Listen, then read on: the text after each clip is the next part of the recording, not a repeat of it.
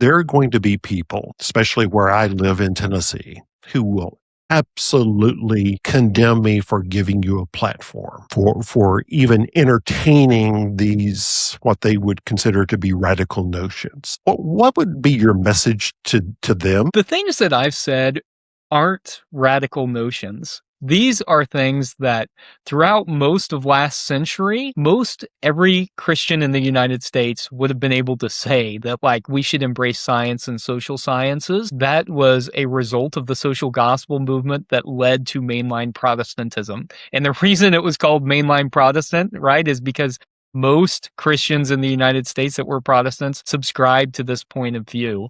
So these are also things that scholars agree on, that both conservative and liberal scholars agree on things like biblical composition. And more conservative scholars may say something like God was still involved in the process of putting this together, but everybody agrees that, like, the Gospels were written later than Jesus's time and not by eyewitnesses. Those aren't radical things. I get a lot of hate online when I say things like the Gospels weren't written by eyewitnesses, but every scholar pretty much agrees on that, every intellectually honest one. And so these really aren't radical ideas.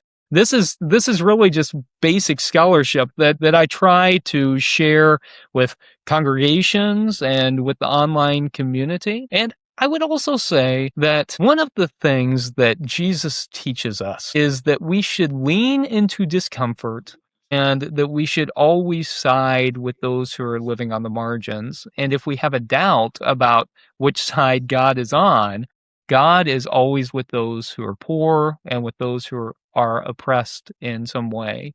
And so I think if we wonder about where we should be, we should look to the margins of society.